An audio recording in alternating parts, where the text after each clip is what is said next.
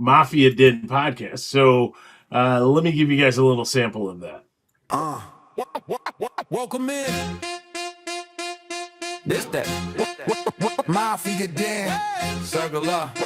Lock in. Red, white, blue on the cap, snow in the air. We adapt from the lot to the couch. We tapped every week. Yeah, we run it right back from the lake to the loud home crowd. We talk big plays, brag out loud from the huddle to the hot takes. Then you already know it's the Mafia Den.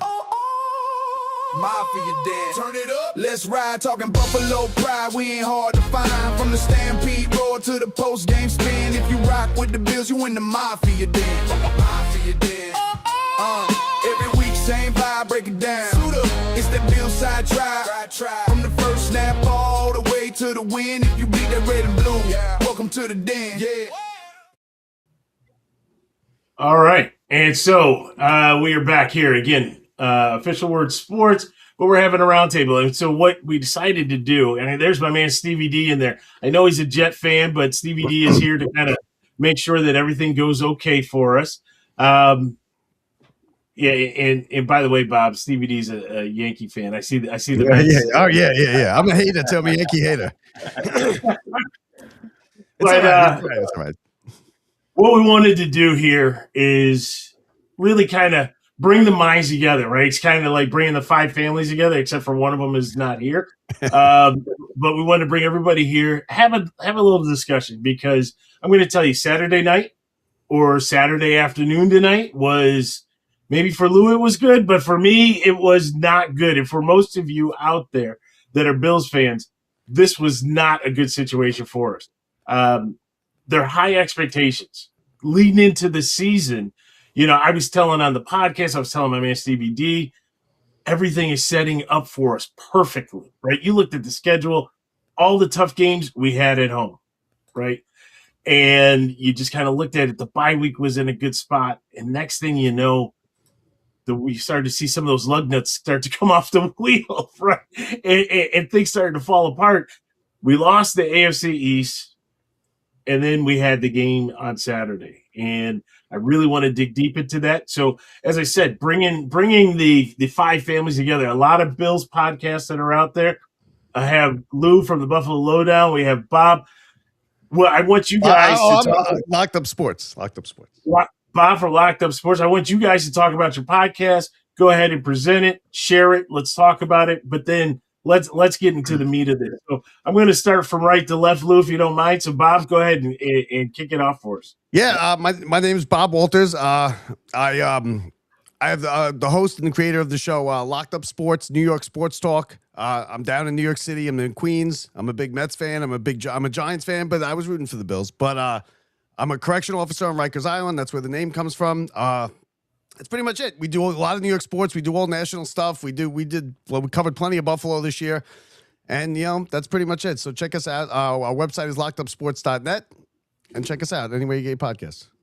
Awesome. Very good. Bob, thanks. And all right, hopefully this will not be the last time we have you on.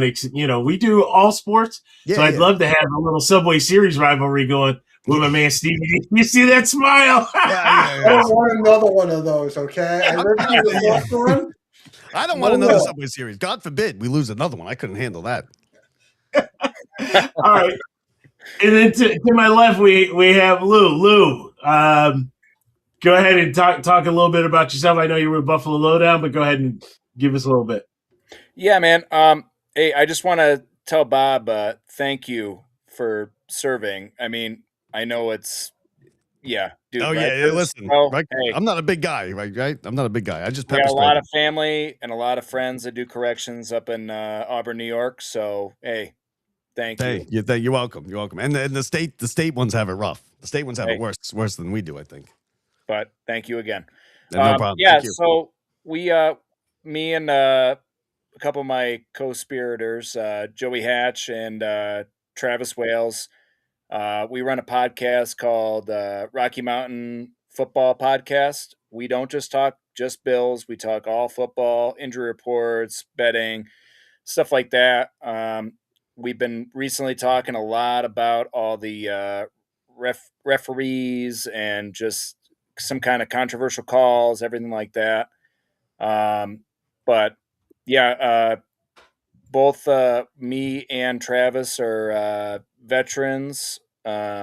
So, we set this podcast up because we love talking football. So if you want to join us, give us a like and follow. But other than that, yeah, we just love talking football, and we're going to continue to talk football, even if we don't have a ton of followers. But the people that like to follow us, they know we talk good football. So, yeah, other than that, All right, good deal. Good deal. All right, guys. I don't know where we start. I mean, do we start with today or do we start with Saturday, right? Because the news that came down right around 9:00, 9:05 this morning kind of just shook the entire 716 area, but and it reverberated all across, right? You saw everybody texting. But it's kind of cause and effect, right? The effect was we saw McDermott relieved of his duties, but what's the cause? The cause was what transpired up in Denver on Saturday. I'll give my two thoughts about this. To be honest with you, when I watched the Bills play in 2025, even though I saw them on a little bit of a roller coaster, I still felt as though they were a better team in the AFC, including the Patriots, including the Jaguars, who they beat, the Broncos, and even the Texans. Right? You know, when we lost with Davis Mills at the helm, I thought that well, maybe that was just an anomaly. I thought they could get past CJ Stroud, but when I watched that performance out there, something just didn't feel right. Right? We saw the Josh from 2018 just trying to all of a sudden hero ball comes into play. And it just didn't feel like we had the right answer. And slowly but surely, you started to see things change. But again, we know that Josh wears that cape. And so when the second half started, we said, okay. And next thing you know, we take the lead. And as we take the lead, you're like, okay, world order's been restored. Right. And now it's time to just roll. And it got closer and closer. But there were a lot of things throughout that game that just didn't make sense. The play calling, the play at the end of the first half. Right, guys, let me start there because that one in itself really resonates as to why we lost the game. 5 turnovers, sure, right? But at the end of the day, guys, we had an overtime at 30-30. Without that field goal, it's 30-27. I understand that the game is played differently and blah, blah, blah, but still, at the end of the day, we gave you 3 points. It's 30-27, game over. Bob, let me get your thoughts on that. I think, I mean, you guys really had no business winning that game, but neither did Houston, I don't think. I'm sorry, Denver didn't play great either. You turn the ball over 5 times in the playoffs, you're not going to win. The bottom line, right? And you're right. The end of the half with that play where they give up the touchdown and then he goes with 15 seconds left. You pin back on your own 20-yard line or whatever it was. Was that, you think that was was that McDermott or was that Josh Allen kind of just saying I'm going for it? Because he had that pull, I think on that team. I don't know, but that's how you guys played all year. Josh Allen was pulling you out of fires every single week. You fell behind. You fell behind in the half times, and then in the second half, Josh Allen would come and pull a miracle out of his hat every single week. And when you do like that, when you play like that, you're bound to lose one of them. And you lost to I think the real loss that cost you the season was to the Eagles. And I think that cost you home and to the Patriots. You lost to the Patriots too, right? Yeah. And to the Patriots, you lost the home field advantage. This was their year. This was the year, right? No Chiefs, no Steelers, no Ravens. This was the year. But it's tough to go on the road and win three games to get to a Super Bowl. It just doesn't done very often. And your team would fall behind, and it was Josh Allen pulling you out of the fire every single week. And eventually, he's not going to do it. Like when he was up there saying, I feel like I let my teammates down. And they all gave the answer. They're like, no, what is he, serious? He brought us here. So, as my wife and my daughter go past, don't mind them. But yeah, that's what I think. I think that play obviously was huge, but what are you going to do? You can't fall behind 10 points, and you can't expect Josh Allen to work miracles every single week. And 3 road games to the Super Bowl every week. So, Lou, before I go to you, right, and this is where what we had coming into today, right? Because for everybody out there, this was a topic of discussion over the last 48 hours to try to bring everybody together to talk about it, not the last 8 hours, right, to talk about what happened this morning. But now, as we sit here today and you look back, the play before the end of the half is a desperate play, right? It really was desperate. To your point, 15 seconds ago, you're at the 20. What are we doing? No timeouts. Right? No timeouts. The best you're hoping for is a pass interference and maybe get a Hail Mary, right? We don't have the type of receivers. Plus, they're playing quarters, prevent defense. You're not getting past that, right? So what are you really doing? But now we look at McDermott leaving, and I want us to talk about it later, right? But I do believe, and I'm just going to a little foreshadowing, McDermott knew the handwriting was on the wall. It was Super Bowl or bust. Right? And so now you know it's Super Bowl or bust, and you just gave up a touchdown just before the end of the half. You're trying everything. You're throwing everything at the wall to see what sticks. You just didn't expect it to bite you the way it did. Lou, what do you got? Yeah, so I like Bob's point. I brought it up earlier in my little stream that we had going on. I asked the question to both of my guys, like, who made that call? We'll never know. But all I'm going to say is I think it was supposed to be a deep pass. They had it covered. So Josh said, let me do what I do. What are you doing? Can you throw the Granted, Bob, instead of reaching your arm out and running on the field like a maniac, just cradle the ball. Cradle the ball. They reached out. They knew he was there. They hit the ball out. That's what caused the turnover. And we lost the turnover battle in this game. If he had just held the ball and let Prater kick a 51-yarder again, because the dude, I mean, I know all the Broncos fans kept yelling at me the whole game, he's a drunk, he's a drunk. Well, guess what? The dude hits the field goals. When he's healthy, he's on it. You got to trust your players, and not to get into the you-know-who getting fired, but I think this is a major goal towards revitalizing this team because there wasn't any trust in that offense. I get we're all banged up. They relied a lot on Josh. They had other playmakers there that they should have utilized during that last couple seconds. Oh, I'm sorry. No, but you're getting the ball back at the half. We all know that. Yeah, you're right. So should it have just been, hey, let's walk with our tails between our legs right now, recoup, redo? You should have. You shouldn't have taken the risk. So that's my take. Yeah, I mean, for sure. Stevie D and I talk about this all the time, right? It's things we live by. Stevie D, you know what I'm going to say? It's risk versus reward, right? The risk was far too great. We're talking 80 yards for a touchdown. We're talking about 30, another 15, 45 yards to attempt a field goal, right? With a kicker who's coming off an injury. So I don't know if you really want to press it at the end of half. If I got to press it, I'm pressing at the end of the game. It made no sense. But when you're desperate, that's when you understand why the play call was made. I do believe, though, that really was the turning point. Now, again, we ended up coming out of the second half, right? We scored. We forced a punt. We scored again. All right, we take the lead. I get that.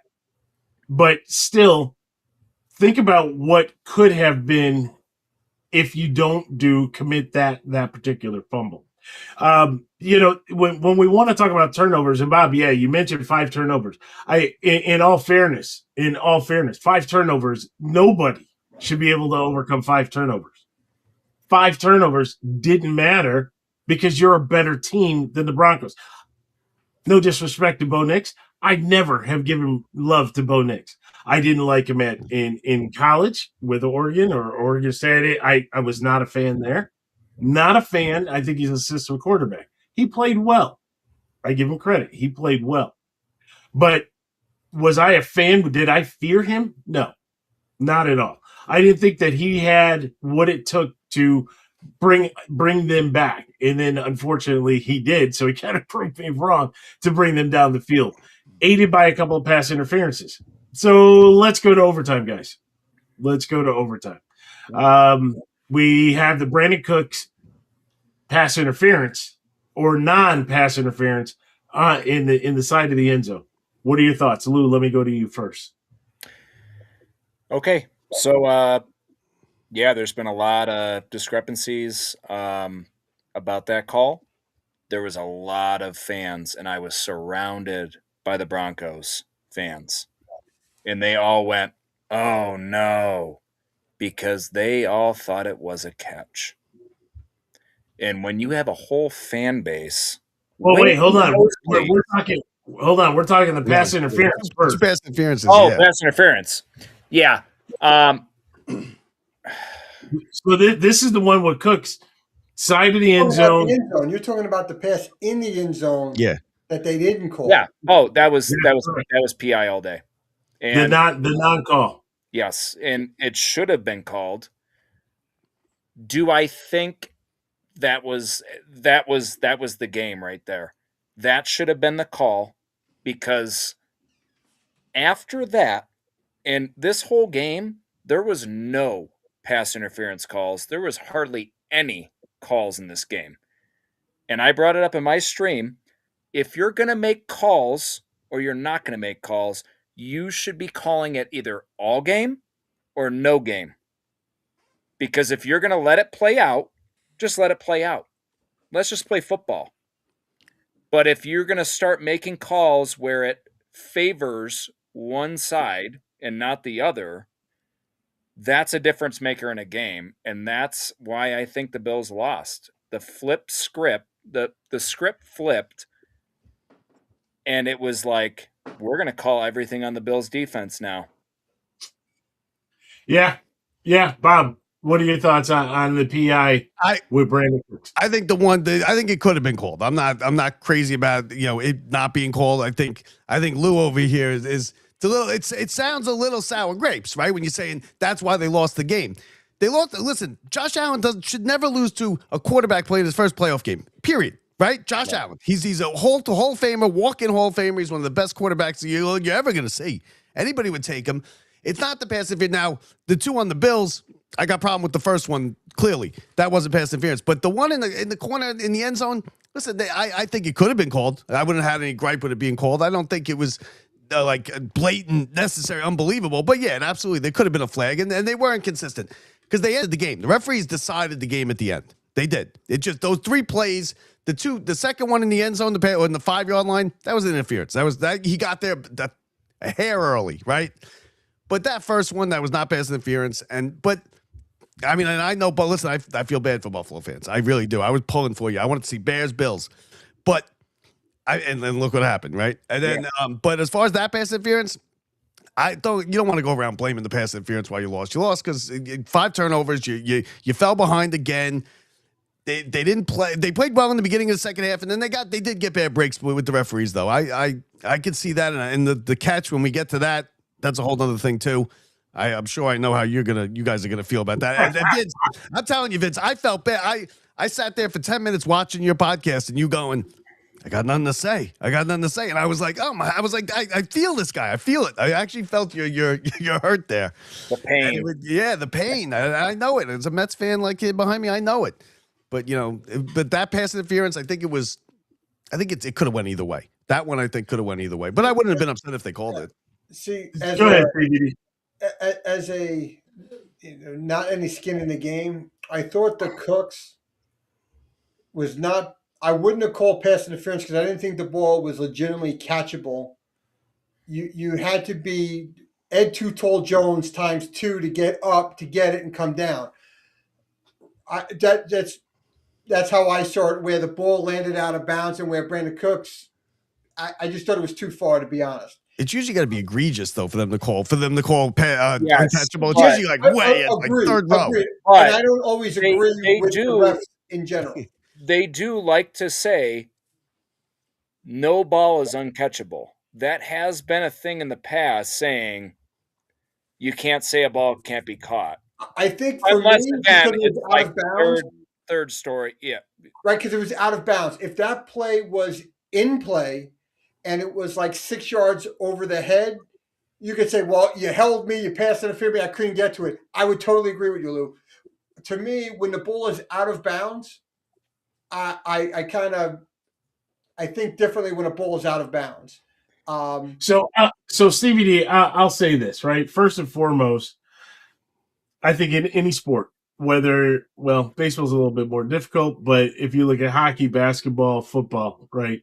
When you get to the last 2 minutes of the game, you get to overtime, you do not want to see the officials all of a sudden be the determining factor of who wins or loses, right? Fair enough. I think we all can agree to that, right? I want to see. It has to be outrageous.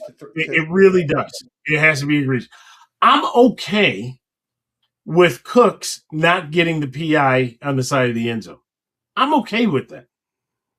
But if you're not going to do that, if you don't call that as pass interference, don't call the Taron Johnson one pass interference, but basically a few minutes later.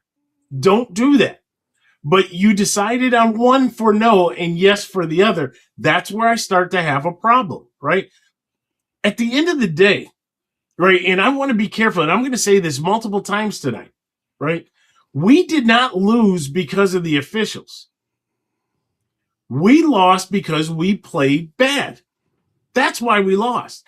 And as bad as we played over the 60 plus, 70 minutes? Because I think it went to 5 minutes. So over the 70 minutes, as bad as we played, we still put up 30 points. And we were still in overtime. Shows that we were a better team. We should have won, but we didn't. Right? And why didn't we? And there's many mile markers throughout this game as to why we didn't win that game. It's hard for me to put it on the officials until it gets to something egregious. And that egregious, yes, Bob, that egregious is coming up in just a minute. All right. So then we go to the Taron Johnson one. He's called for PI, right? So we just saw Cooks wasn't, Taron Johnson was, right? Now it almost feels like in typical Buffalo Bills fashion or typical Buffalo sports fashion, and now all of a sudden you're coming after me, right? And I could go down the laundry list of how you're attacking me, right? And whether it be forward pass, it was a forward pass against the cesspool that is Tennessee. It was not a forward pass. Oh my God, Bob! What are you doing? This guy. Oh man, I had to think for a second. I was like, Tennessee, was he? I was like, oh, the Music City Miracle. All right. We don't call it. They're the cesspool of Tennessee. You had Brett Hull. His skate was in the crease. Wait, what are you doing? You are killing us. Listen, right? I told you, Giants fan, wide right forever, right? You know, I mean, that was our fault. That's a whole nother podcast. That was our fault. I know. That's a different session. Go ahead. We look at the Taron Johnson one, right? In all fairness, I thought it was a good football play. I don't think that PI should have been called, right? We've seen that play not only 5 minutes ago in the exact same game, but we've seen that throughout. And right? I don't honestly think that the receiver is going to catch that ball. Okay. Yeah, which one? You're talking about the first one? The first one. Yeah. The first one, he should have caught it. Yeah, he absolutely should have caught it. It was catchable. He should have caught it, but it wasn't pass interference. I'll tell you that much. No. Certainly wasn't pass interference. No, I'm saying I think even if Johnson was off of him, the way he turned and moved, he hit it with one. I don't think he was going to get it. I think really? He you don't think bobbled so? it. I think he would have bobbled it. Yeah, I mean, you see some of these receivers making these catches though nowadays, right? I mean, I understand, but that wasn't Cortland Sutton. You're right. Well, Yeah. who dropped it? He would have dropped it. I know. He was so bad. I watched him make some remarkable catches. Okay, Just not on that game. Not that game. He didn't. So then we go to the next pass interference. In all fairness, right? This one we can't even debate. whether or not you want to debate his pass interference, you had isn't this the play where you had Bosa that had the personal foul? Personal foul, yeah. Right. Yeah, there were 3 penalties. You guys made 3 penalties on that play. So what are you going to do, right? I do believe though that the mindset was completely shifted and gone at that point. They were chalking it up to an L, right? It was kill. It was. So I look at the big ones being the Taron Johnson, and I look at the non-call on Cooks. Now, guys, the one that everybody has been talking about, right? Everybody has chimed in. You have an opinion. Okay. Was it a catch? Was it an interception? Was it a fumble? Only thing that I'm going to say, and Bob, I think I know where you're going, but only thing I'm going to say, we have historical evidence with us when Cole Beasley did the exact same thing with Xavier Worthy the year before in a divisional game. And they said the player was down by contact. Oh, that was Bishop, not Beasley. Or Bishop. I'm sorry. Thank you. When Bishop did that the year before, we had the exact same thing that happened, unfortunately, 24 hours later in both games. Almost. And needless, I had to hear Aikman and I had to hear Collinsworth, both who I despise, say, "Oh, Buffalo's not going to want to see this one." Shut the. This is a family-friendly show, so I can't. Vince, I will say this though, with the Worthy pass from last year, that ball hit the ground, which allowed him to be able to scoop it. This ball never hit the ground. So with that, I just want to bring that up. The ball did touch the ground in the Worthy catch without it being in Worthy's hands. So go ahead, Bob. Well, listen. None of us can call it a catch or not because do you guys know what a catch is? I saw the thing with the Ravens. I don't know what a catch is. Earlier this year, I don't know. Ravens got a game stolen from them against Pittsburgh, where the guy took 3 steps, had the ball, and it's been going on for 20 years. He didn't have a tutu on. I say just look at the play. Watch the play, and whatever it looks like, listen, we can see this. They slow it down to like 100th of a second, and yeah, the ball's going to move around a little bit. Now, I heard one good point. I thought it was a catch. First off, I thought it was a catch. I did hear one good point. I forget who said it to me, but it was if he drops that ball, if he goes down, they go to the ground, both of them, and it comes out. Is that a fumble? I mean, is that a catch or a fumble? Think about it. If he hits the ground like that, he's obviously down by contact, but it comes out, they would probably call it an incomplete pass. They would. They would. But to me, and you're right, and I'm right about that. You're right about it, they probably would. But to me, it looked like a catch. It looked like, if anything, it looked like dual possession, right? And dual possession goes to the offense. That's what I would have called. To call it a pick, though, or a fumble, no way. No ways. I think that the Bills drew 3 straight short straws with the 2 pass interferences, and then with that in like a 10-minute span that just railroaded their season really. And it's a shame, but it is what it is. And it was a great throw. He was covered. Allen dropped it right in there, and that's game over, right? That's game over. They stopped him on the first drive. That's game over. They're on the 20-yard line or whatever it is. You kick a field goal and you go home and you go to next week. So I mean, it was really it was a classic Buffalo. I mean, it was a Buffalo Bill. That was a Buffalo Bills game if there was ever a Buffalo Bills game, right? You come back, then you get shafted at the end, and somehow you lose a tight heartbreaker. It was just, I would say it was a catch. Though, if you ask me, catch. And if you ask me to review it, I'd say dual possession. It's a runner. Yeah, that's what I would say. That's every sport. I think it's a catch, right? I think it's a catch. The problem is the NFL is that I believe the rule says you have to, when you come down, you have to maintain that possession. And because the guy had his hand on it, and because he had his body weight on the somersault, and it was able to use his body weight to rip it out, and they called it, I think, an interception. I think is how it got ruled. Yeah. to me, it's a catch. He's down by contact with the knee because he had 2 feet down plus a knee. That's your third move in that, right? You have to make a football move. So he had 1 foot, 2 foot, then the knee with the possession. Honestly, at that point in time when the knee was down, in my view, the defender didn't have clear hands on the ball where you could even said it was dual possession. Yet until the receiver gave up the ball because he thought he was down. No, that's not what happened there. He ripped it out there. He ripped it out. He ripped it out. But all I'm saying is, I felt like Cooks thought he was down by contact. No, I don't think he gave up on the ball.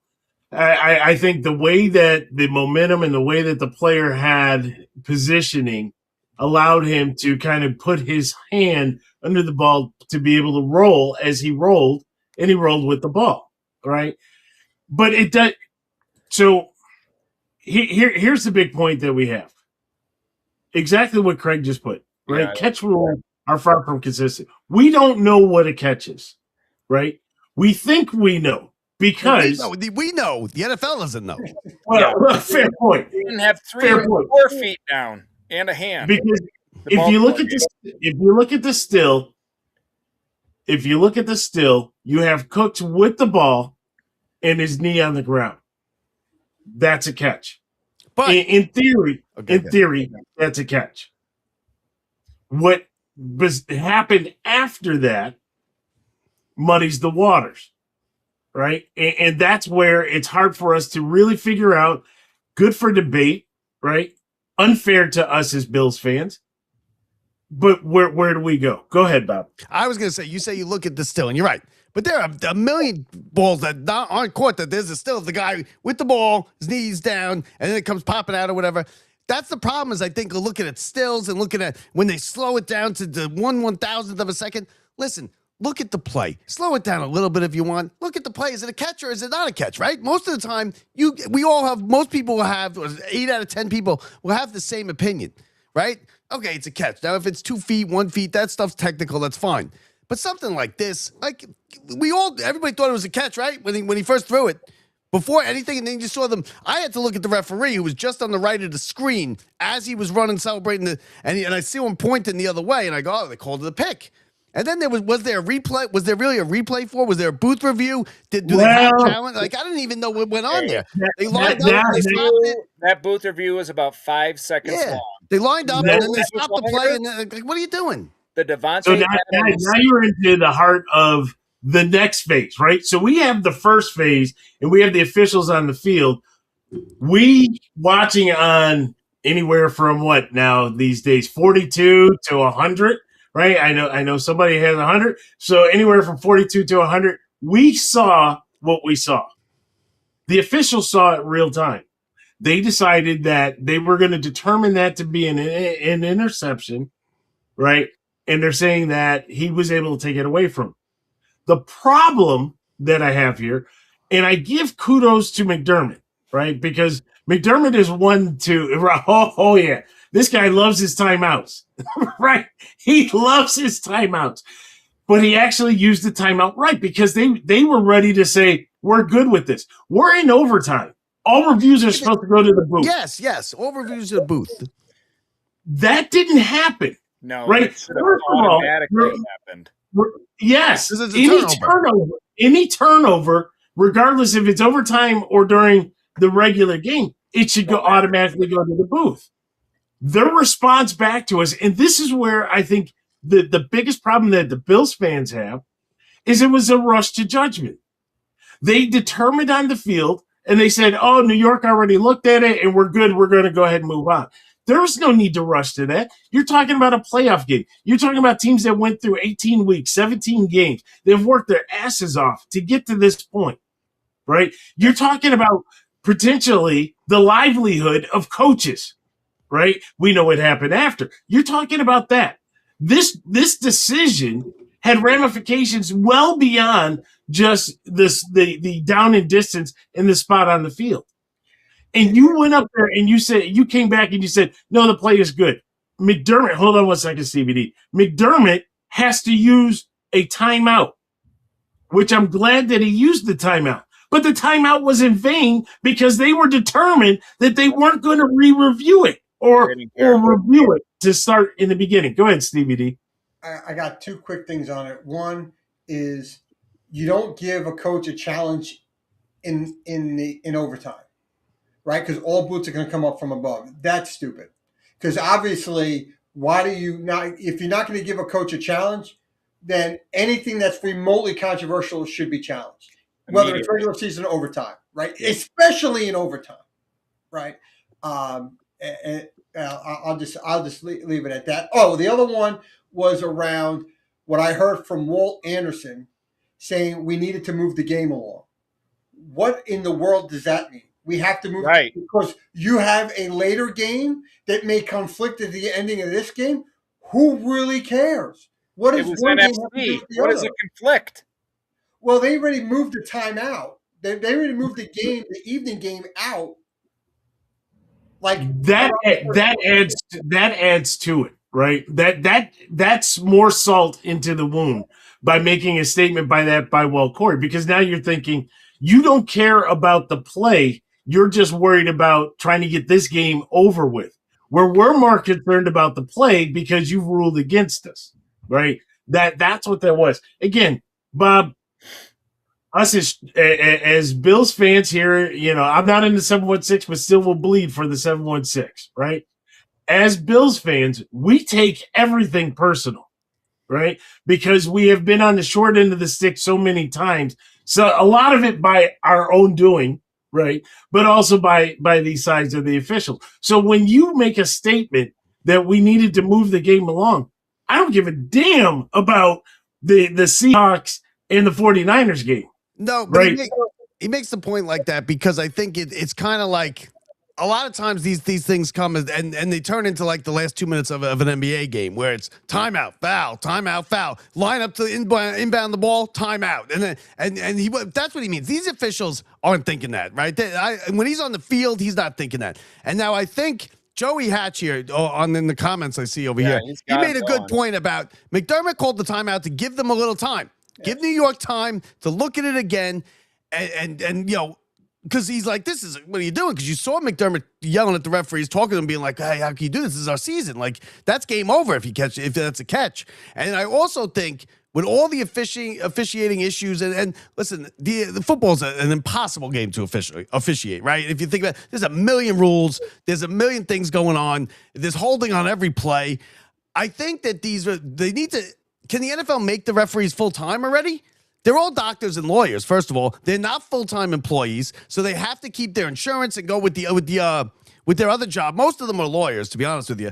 But make them full-time employees where they go to clinics and stuff like that in the off-season instead of, he's a lawyer in the summer and then he's an NFL referee in during the winter or the fall.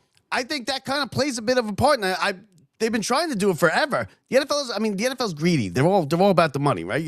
They saturate these weeks. They got 9 football games every week and everything. But as far as that, I think Joey made a good point in the fact that he said that McDermott called the timeout to give them a breather. Look at it again, fellas. This is a catch. I think it's a catch. Our season's on the line here. And I think they screwed up. I think most people think they screwed it up. Yeah, but the problem is with that, right? And when you listen to McDermott, that is exactly what he was hoping to accomplish, was that they were going to go up there and look at it. But they didn't. They did, though. They did. All turnovers in the game are reviewed. They're all reviewed. So at some point, somebody said to the referee, it's an interception, right? The call is right. Yeah, so, okay, let me be fair. Let me be fair. I don't need every call to go my way when I'm challenging, right? But what I do need is for the sideline official or the head umpire, whoever is talking to New York, to at least explain, kind of give me the sense that the process is being handled. That's what didn't happen. That's what McDermott expressed in the media, that when he was talking to the sideline official, that it was a quick rush to judgment, as if they didn't take the time to review it. Now, we don't know what happened in New York. But would you be happy if he came out and he said he just explained it? You'd have the same gripe. It wasn't a catch, right? It was a catch. So, I mean, like, you could say that, but he's not. They did review it. But you know what they said? They said it was a call of the interception on the field is not enough to overturn it. Is probably what they said. They didn't confirm it. They said it wasn't enough to overturn. And I think, and I don't know. I think they got it wrong, but still. The commish came out and said there was nothing about it that could have been overturned or made official to the point where, yada, yada, yada. He gave a spiel. The problem that I see is when, one, McDermott wasn't fired yet, came out on the podium and said, I just wanted someone to explain to me how that wasn't a catch. And they didn't. Long behold, he gets fired. I don't think it was the right call. I think you got to go straight to the GM. That's my opinion. Yeah, they promoted the GM instead. I understand. Hey. That's another show, guys. That's that's for later in the sequence where we talk about how we're trading back to round 2 for the first round pick of round 2. We'll get into that. It's coming. So wrong decision. Wrong decision. So we look at everything, guys. And at the end of the day, right, the Broncos get down there, they aided by a couple of questionable pass interference, but we'll say aided by a couple pass interference calls. They kick the field goal. It's good, right? I walk away feeling empty. I feel empty because, again, I felt we were the better team that day, even though we didn't play like we should have played. But I felt like we were the better team. I walked away feeling empty because this is a team that, even though we know that there's holes and there's gaps, whether you want to talk about the wide receivers, you want to talk about the defensive line, you want to talk about the linebackers, whatever, we know that there's gaps. But even with those gaps, I feel as though we are a better team than most that are out there, and definitely better than the Denver Broncos. I felt, Lou, or Bob, you brought it up actually, right? The fact that you lost a couple key pivotal games that took away any chance of home field advantage. Yeah. Right. It was right there for the taking. Who knows what that call would have been? Again, I bring back the cesspool of Tennessee. And if anybody's watching from the state of Tennessee, yes, I'm calling your stadium. He's got something. He's got something. Right? I am calling it, and I will continue to say that. But yes, we screwed ourselves there, right? But at the end of the day, I still feel as though we were the better team. We should have won. Why didn't we win? Hey, Vince. And gentlemen, we talked about the pass interference for Brandon Cooks on the side. We talked about the not Jordan Porter. We talked about the Terran Johnson pass interference. We briefly talked about the Trey White, and we talked about the Brandon Cooks. Is that why we lost? No, that's not why. It over 5 times. And we turned it over. And Bob, I'm going to tell you, that's not why we lost. That's not why we lost. I'm going to tell you why we lost. We lost when Patrick Surtain went out, and we did nothing to try to attack Patrick Surtain. We lost when Cam Lewis went out, Savage comes in, and the very next play, they dial up a pass that attacks the safety position where you had a new guy coming in Savage. We lost shortly thereafter when Trey White goes out and they bring in Dane Jackson. I get it that he's a veteran, but he's cold coming off the bench, just called up off the practice squad. The very first play that they call, they go and they attack him. Touchdown. Those are 2 touchdowns on the very next play that the backup comes into the game that they went after. Oh, they went after him the whole time. The whole time they were going after him. Smartly, too.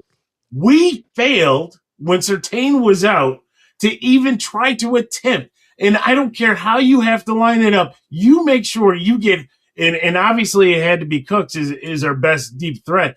You should have had Cooks out there.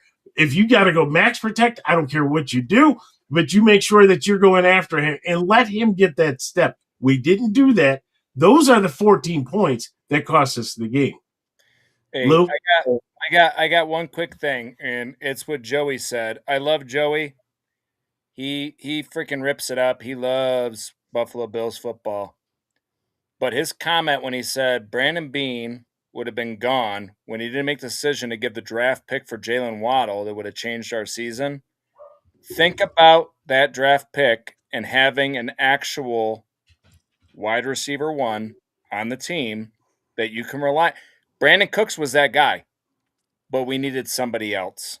We needed to open up the field. I think Joey's extremely right on how he says that was. Joey's a little premature because we're going to talk about that in just a minute. All right. I'm just bringing it up. Premature, but he's right. He's right. Right. He speaks truth there. And the game is over with the 4 turnovers. I mean, 5, whatever it was. You can't rely on one dude. Anybody that says that all these other quarterbacks are better than Josh, they're better at not turning the ball over. Who do they say is better? Oh, Joey Hatch says if who's Sam Darnold wins the Super Bowl, he's better. Oh, Joey, I liked you until I just heard that. Come on. Here's the deal. No, he's a true believer in No, Josh. I believe him. I believe he did. I believe he is. I can read his. I'm reading his comments. The problem is, it's all the other media hype blaming just this on Josh, and it's like, dude, it's the organization. You can't blame Patrick Mahomes for not being in the playoffs. It's his team. You can't blame Lamar. It's his team. Joe Burrow. It's his team. Oh, Joe Burrow, they don't fix their offensive line. Bro, it don't Get even him killed every year. start with the team. It starts with the general manager and the freaking coordinators. Go higher. Go higher. Oh, it's the owner. It starts with the owner. It starts with the owner. You cannot blame it on one person. So everybody's saying, oh, it's Josh's year. There's no Mahomes. There's no – I know you said it, Bob. Everybody else has been saying it. It is a thing. You can't put it on one guy's back. He's the only reason you're in this game.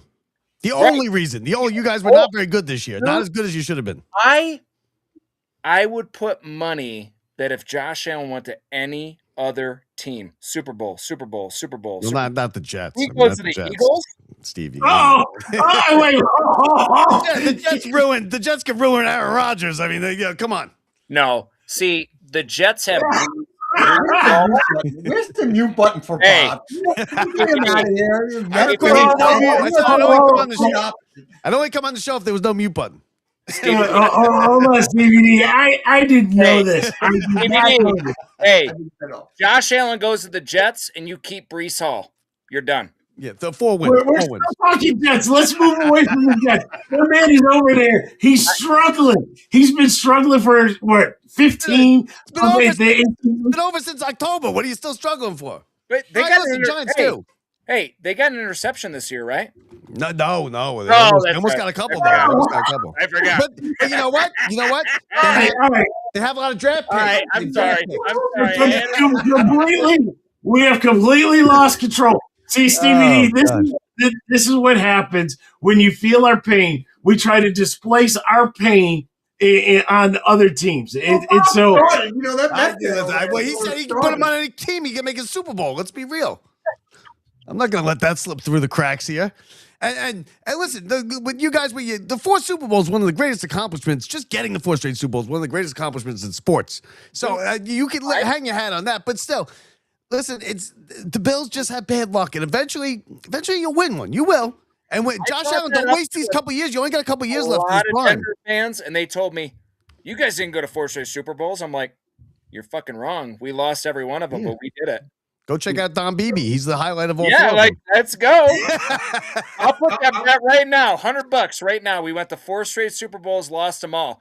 Do that, and then I'll be impressed with you. Yeah, all right, Luke, hold on. We did not talk about 4 losses of the Super Bowls. Those are 4 AFC championships. There you go. CBD, there you go. Go ahead. I want to go back to because Joey said it. about situational football. When you talk about the difference in coaching, Vince, you talked it a lot, over the last few years with Sean McDermott as a coach and where he falls short. Sean Payton, being a really good football coach, exploited and knew exactly what to do in the moment, produced 2 touchdowns on 2 plays. Yep. Those were bombs, right? Where was Babbage and Sean on the back end of that defense helping out those guys coming off the bench to ensure they had help? And then, well, I'll do you one better. I'll do you one better. On the second one, which was on the Dane Jackson, they sent a blitz that actually created a void on the back end. The blitz didn't get home, and so now you got one-on-one cover. So not only did you not try to help, but you took any help away and left the man on the island. Yeah, and then Patrick Surtain goes out, and you don't do anything like that. And to me, you want to talk about coaching. In his helmet, he should have been to Joe Brady, and the headset to Joe Brady. We have to take advantage of Patrick Surtain. That is what we need to do right now. And it's the same thing in the headset to Babbage. We have to ensure the guys coming on the field, we don't get beat over the top. Well, Stevie D, I don't know if you noticed during that game, Josh was saying that he had issues with the helmet. Right. Because I was in the microphone the entire time saying, Surtain is out. You got to go deep. I said that the entire – soon as I saw Surtain come up, I'm like, oh, this is gold. You can't ask for anything better. And it was right there. And it didn't happen. Bro, it was loud. It was loud. It was loud. Thanks for the update, Craig. Helmet, I was telling people, yo, shut up, shut up, shut up. They weren't listening to me. So, guys, all right, so you broke the guy's ankle on a kneel down, all right? So you feel a little bit better about that, right? I mean, well, I don't. I don't. But no, yeah. So, all right. But at the end of the day, we look at this and we say it's another Buffalo loss, right? You start to dissect the loss, and then today happens. Right now, again, I did a rapid reaction. I didn't expect Terry to actually listen to our podcast, which obviously he did. And Terry decided that he was going to make a move and made that move today. And so Sean McDermott was relieved of duties. When I look at this, guys,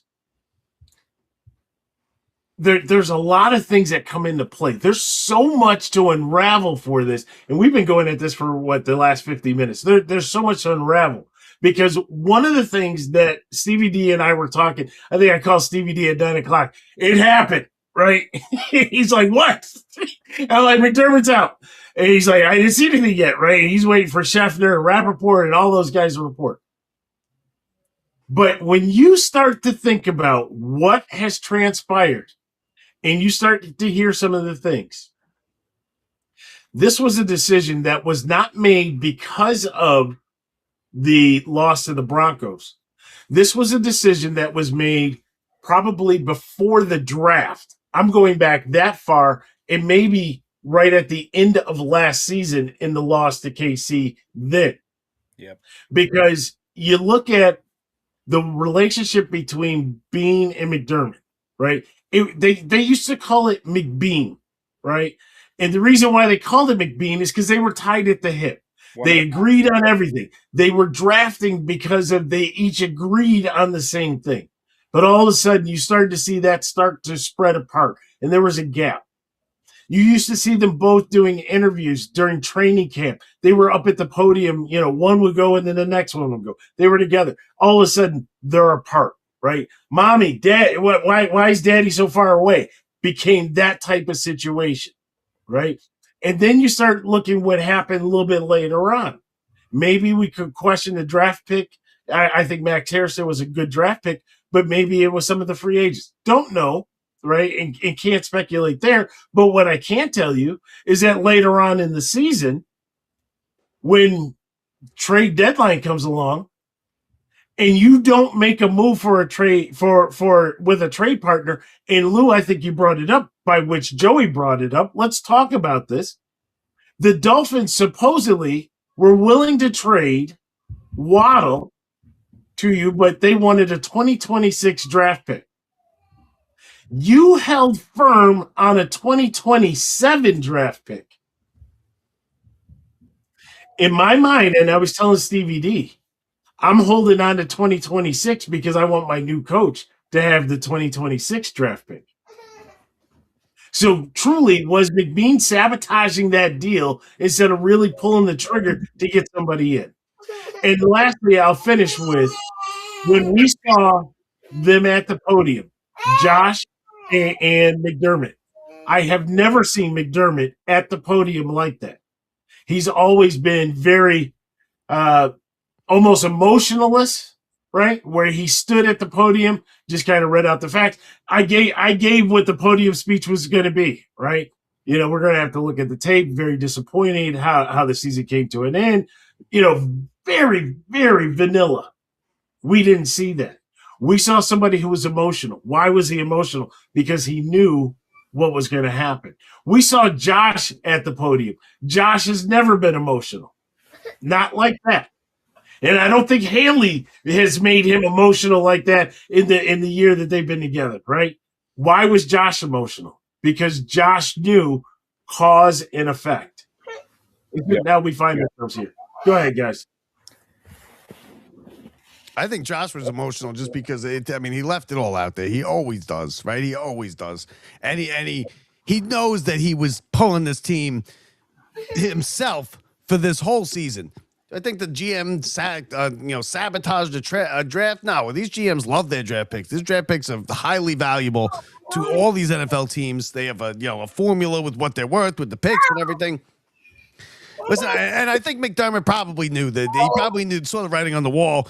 We've lost, I got to get there eventually. How many times are we going to go through the same thing and run it back with the same thing? We're running at it. You're running out of Josh Allen prime years here, right? And he gets his ass kicked a lot of times out there. He's a big boy and he runs through people, but he's not like a drop back passer where he doesn't really get touched. Don't touch him. He's a pretty boy. No, he's running over linebackers out there. So, and I think it's just the frustration of just. This was the year, right? Because there was no Lamar and there was no Chiefs and there was no Steelers or Bengals. And you guys the Bills just never really lived up to their potential the whole full year. I think the play of the year for the Bills is the 2-point conversion against the Eagles. I think that right there was the tipping point where, okay, now we're not going to get the whole win the division. Now we're not going to. But Bob, that really, honestly, in all fairness, that play was inconsequential. Well, yeah, I mean, what was it? The reason why that was inconsequential is that no matter what, we still needed help from the Dolphins and from the Jets, to which we got none. No, right? Not if you would have won that game. You would have been tied, right? Because New England lost that day. We still would have needed help from either the Jets or the Dolphins. Okay, we needed the Jets and Dolphins to beat the Patriots. The fact of the matter, when we lost to the Patriots, that hurt us. Fair point. They lost to the Patriots. You're right. Or the fact of losing to the Falcons, that hurt us, right? Yeah, or losing to everybody. Falcons were beating everybody the last couple of weeks. Right. So none of those. But yeah, when you look at it, close game, that would have been nice if you hit the 2-point conversion. Yes, we win. But that really didn't matter in the grand scheme of things. What I do think, and I hear you, that GMs love to have their trade capital. I hear you with that. But when I watch these guys over the last 8-9 years, they've gone through heartache similar to what we've gone through. 13 seconds is worse than what happened on Saturday. Far, far worse than what happened because you had it and you blew it. Yeah. McDermott blew it in 13 seconds. McDermott blew it on Saturday. His in-game coaching is suspect. I think he's a great defensive coordinator. And I've said that time and time again. I think McDermott, coming off of that Jim Johnson tree, I think he's one of the greatest defensive coordinators in the league today. But there's a difference between being a good coach and an in-game coach.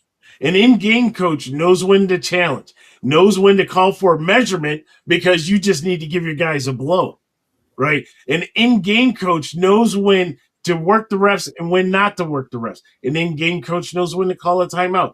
These are things that he struggles with. Does he screw up with time? I don't watch him week to week, but does he screw up with timeouts? Like Yeah. time management, does he? Oh yeah, dude. No, don't give me Bob, Is it bad? Is it bad? Like every this week, guy bro, I loves- say he's making $100,000 every time he gets rid of timeouts before the end of the game. second half timeouts are like gold, though. They are like gold. Wait, timeout. When you're icing kickers in preseason, he doesn't know how to work timeouts. Okay, fair point. Yeah. This guy loves his timeout. I'm sorry I brought it up. I didn't know I hit a sore spot there. You got Oh, Oh, you did. So Stevie D brings that up. I'm watching a preseason game, and I'm texting Steve like, dude, you won't believe this. We're icing a kicker in preseason. What are we doing, right? But neither here nor there, right? My true belief is that what happened today was predetermined months ago. It was either Super Bowl or bust. And the fact that they didn't make it, they knew it was at the end. And I think a lot of the play calls that were made throughout that game were based off of knowing that I'm desperate. And the fact that you didn't make the calls when you needed to, you're kicking yourself. And now you're throwing stuff at the wall. I want to go back for a second to Bob's comment about the draft pick not making the trade for Waddle and the draft cap. I'm not saying this is your belief. I don't remember if this was your belief or not. If you make the trade and you get a one receiver, how often have the Buffalo Bills in recent memory drafted a wide receiver at the end of the first round that amounted to anything? Here, you're trading a one for a proven commodity in the league. correct. Right? What was And it? It was a first round pick drafted- they wanted? They wanted a first round pick, right? Yeah, they wanted a first round pick, but if you're going deep in the playoffs, what are you talking about? 28, 29, 30, 31? Still a first round pick, though. Still a first round draft pick. It's still a first round pick because you get the 5 years with the 50-year option, which is a big deal, right? Where if it was the second round, you only get the 4 years. But if I'm winning, Bob, you know this, you're a baseball guy. You're a man. Yeah. When there's a trade deadline to be made, were you not pissed? When in I grew up, baseball? the trade deadline was nothing in the NFL. They'd be No, shocked if there was a trade. Now they're going all over the place. Let's back up in Queens in July for the Mets, where you're pissed off they didn't make a trade. The last one, no, they did make trades. They got the best bullpen in the league. They couldn't get anybody out 2 weeks later. They came to the Mets like they couldn't pitch. The Met fans were complaining they didn't make a deal to help them over the top. All I'm saying is you're at the trade Well, deadline. I would have made the trade. I would have made the trade you're talking about. I would have made it. I don't think draft picks are as valuable as these guys make them out to be either. I agree because I would have made the deal. We see so many busts in the NFL. You Especially had the an Bills. opportunity to DVD. get a bona fide number one for a pick that you can't guarantee is going to amount to anything. You don't even know if you're going to draft a wide receiver. with You're the right. first. Guys, hold on. I think we are completely overthinking this. Tell me the last time the Bills have had a successful first-round draft pick. It Josh doesn't Allen. matter if it's 26, 27. Well, that was Doug Whaley.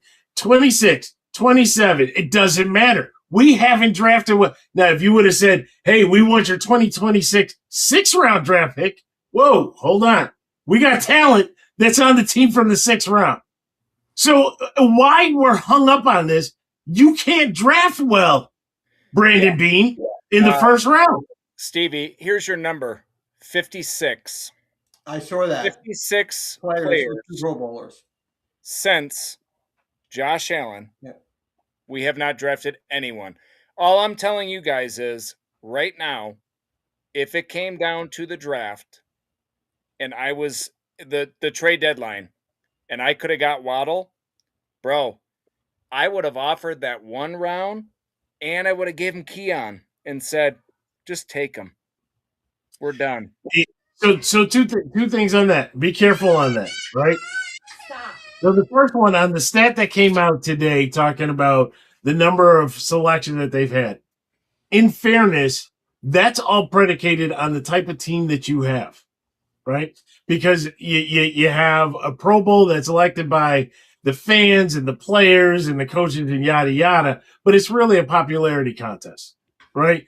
If I am on a team where everybody eats, everybody's not going to be popular in order to be that guy. You're not that guy that's going to get, 140 targets and 100 catches. It's not going to happen. So you're not going to win that popularity contest. But you are that guy that's going to, if you do your job, you're going to help me get through. So that number is a little deceiving when they put that out there, right? The Waddle trade, the only thing that I'll say with the Waddle trade, Waddle is good, but we have yet to see the best out of Waddle to be able to say that Waddle is worth a first rounder. We believe he is. Well, we believe he is, right? Coming out of Alabama, wide receiver U, or for a period of time, wide receiver U. We believe he is. We've seen him make some plays, but he's also the benefactor of having, for the longest time, Tyreek Hill sitting on his opposite side. Where are the safeties going? Where are the linebackers going for that matter, right? So I want to be careful on Waddle. If you were to say Puka, well, now we've seen what he can do. If Of course. hey, before the Tyreek injury, if they were to say Tyreek Hill is up for the trade, what would you have given? Before injury, Probably a third round is Tyreek Hill. He's only gotten how many a couple years left, right? He's been around for a while. He sometimes is an issue in the locker room. I would he'd probably get a third round pick for Todd. I would have given him a second. Fair. Well, if they would have said Malik Neighbors, I would have given a first for Malik Neighbors. First. Yeah, I'm sure. I'm sure you would have. We'll trade your Dart for Allen. How about that? Whoa, easy. Yeah. But we pawned off Joe Shane, so we were able to get rid of Joe Shane. Thanks for Brian Dable, by the way. Hey, it was great TV. That's what we wanted, right? We were in cahoots with HBO. We wanted to have Josh Allen. I could coach Josh Allen. He'd still be a great quarterback. I think we all could. Yeah, guys. Yeah. Hey, they're looking for a head coach. Harbaugh's going to be gone next year. Yeah, but no. Listen, we got our Parcells right now. All right, we got our Parcells. You guys get a Belichick. You look, Belichick's out there. Yeah. No. That was quick for. He's not leaving 17-year-olds in North Carolina. No, don't blame him for that. We'd all take her, right? I'm not blaming those of you that are married are all like, I don't know. There's no blame. Guys, this has been fun, right? Stevie D and I, we go back and forth. You get some other voices in here, Stevie D. You get to hear some other opinions. I loved it. And you both are always welcome on OW Sports, or if you want to come to Mafia Den or Jets Hangar, right? You guys are always welcome to jump in there. We're changing things a little bit. So, Bob, if you want to talk a little baseball, I'd love to sit in between. Always down. And be the moderator between a Subway Series. I'll set you up, Stevie D. I can't. Listen, the Mets won the Yankees seconds, right? That's the problem with the Yankee fans is they're booking Yankee fans are booking their day off for the parade already right now. We've already taken 2 weeks off, bud. Going back. Are you a Yankee fan too? First topic is going to be Juan Soto. Hey, let's talk Juan Soto. Yeah, let's do it. Yeah. All right. We're coming for Bellinger. Let me have him on the 7-year contract that he wants. let me go around. Lou, tell everybody again where you're from, what you do, your podcast. Go ahead and hype yourself up. All right, man. Hey, so I'm Lou. I grew up in upstate New York, right outside of Auburn, right in the Finger Lakes region. Love the Bills. Love the Yankees. Just went to my first ever Denver game. Are you at the game yesterday? Oh, yeah. Oh, okay. Well, 2 days ago. Yeah. Nice. Had a great tailgate. If anybody ever wants to do a tailgate from the Red Zone, Bills Mafia tailgate, got to go through them. Great time. Met Josh Allen's dad, his mom. It's a great time.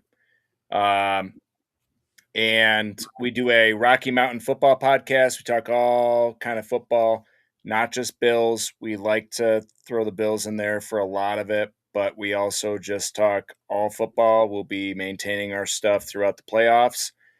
and I'm very grateful that Vince had me on. So thank you, Vince and OW Sports, and go Bills.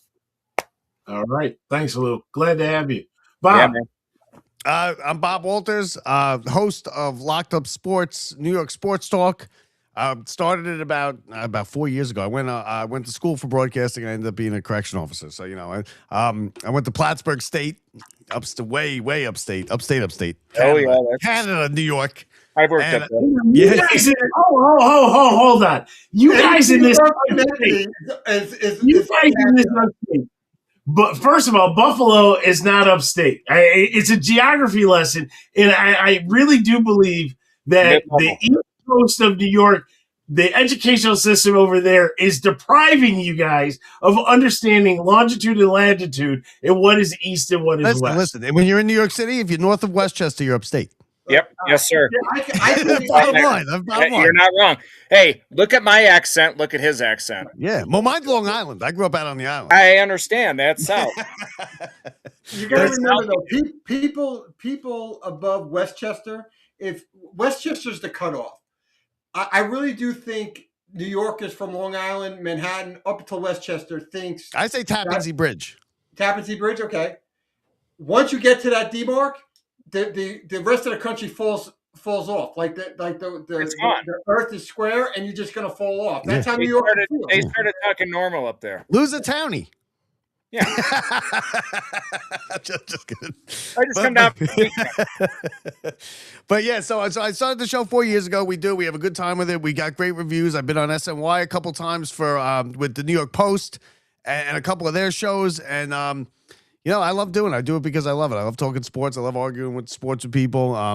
Whatever it is. Like I said, I'm a big Mets fan. I happen to be a Rangers and Giants fan, so Rangers are just, but the Giants are my only savior. Got me 2 Super Bowls. So that's about it. So, and then check us out. LockedUpSports.net is our website. We're on all social media. You can type in Locked Up Sports, and it's all going to come up on all the social media. For some reason, I happen to hit well on TikTok, which is like a bunch of 17-year-olds, I think, listen to watch it. But it works. It works. Hey, listen, I love it because I get to do these shorts and stuff. But like I said, all social media, we're on Twitter, X, whatever it is, Instagram. Check us out. We do live shows. We have a bunch of 400 episodes. So check us out. If you're a sports fan, you guys know, you'll like it. I appreciate both you, Bob, and you, Lou, for jumping in, coming on. Definitely make sure that everybody checks them out on their podcast, as well as OW Sports. As I said, next year is going to be. We're going into our 9th season now, Stevie D, right? Yeah. So we've been at the grind, love it, have a lot of fun with it, but we're starting to make some changes. So this is kind of a precursor to some of the changes that we're going to have next season. But you're in Florida, Lou? Vince? Yeah, I am. I'm a trainer. Okay. You watch? You got this game on the TV over on the side? Yeah, but I'm a Seminole fan.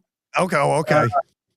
But my guy over there, he's a Hurricane fan. Oh, really? Okay. I had Hurricane season tickets for 2 years when I lived down there for like 2 years. They were terrible. It was like $30 for the whole season.